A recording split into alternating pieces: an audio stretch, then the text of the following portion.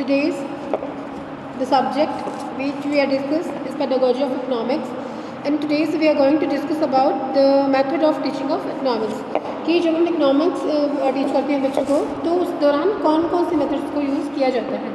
Okay, देखिए शिक्षण पद्धति है, इसमें कई जो है विधियों का प्रयोग किया जाता है, जैसे लेक्चर मेथड हो गया, डिस्कशन हो गया, एक्सपेरिमेंट हो गया, या यूँ कहिए कि प्रोजेक्ट मेथड हो गया। ये सारे के सारे मेथड हम लोग यूज़ करते हैं।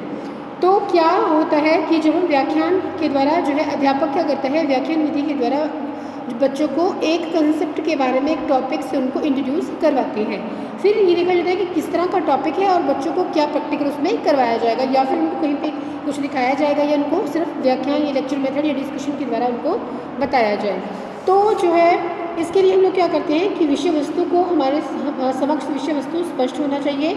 बोधगम्य बनाने के लिए चित्र का, ब्लैक बोर्ड का, इन सब का प्रयोग करते हैं। टीचिंग एड्स का, विजुअल एड्स का, इन सब का यूज़ किया जाता है।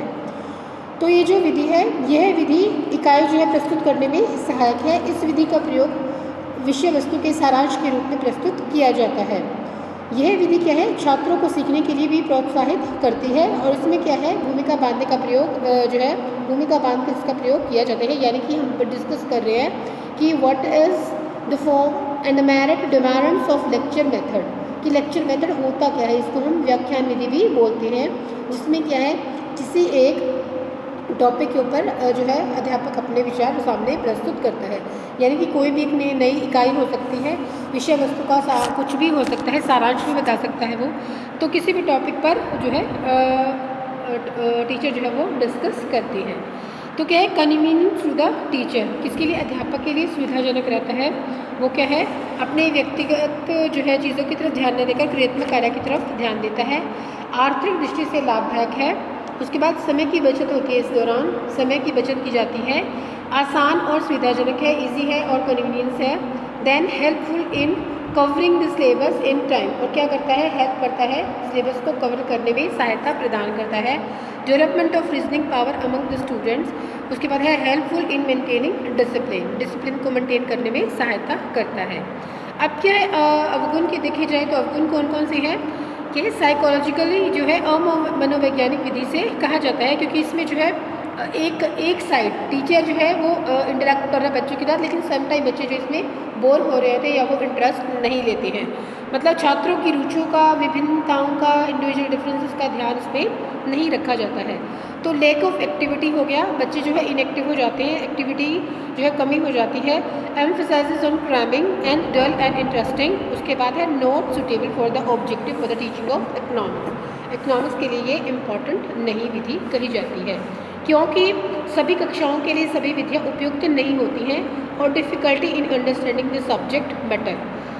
फिर इसके लिए कुछ हम सुझाव देते हैं कि इसको जो है मोर इफेक्टिव कैसे बनाया जाता है।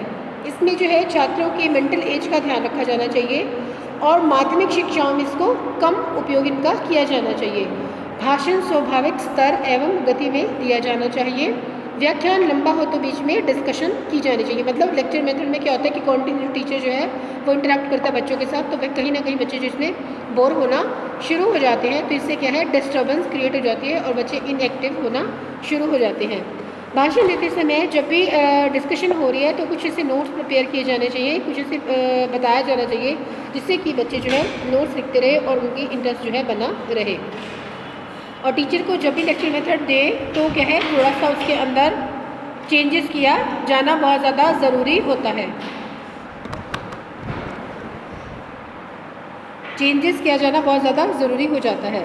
तो जब भी हम देखते हैं लेक्चर मेथड के बारे में डिस्कशन करते हैं तो हम ये देखते हैं कि अध्ययन की जाने वाली समस्याओं या प्रकरण में निहित संबंधों का विचारशील विवेचन है। इसमें क्या है, फॉर्मल डिस्कशन की जाती है। डिस्कशन, अब हम बात कर रहे हैं कि डिस्कशन मेथड क्या होता है। डिस्कशन मेथड में हम किसके बारे में बात करते हैं, क्या है, डिस्कशन मेथड जो है वो एक सामूहिक क्रिया है, जिसमें क्या है, शिक्षक और छात्र सहयोगी ढंग से किसी समस्या पर बातचीत करते हैं।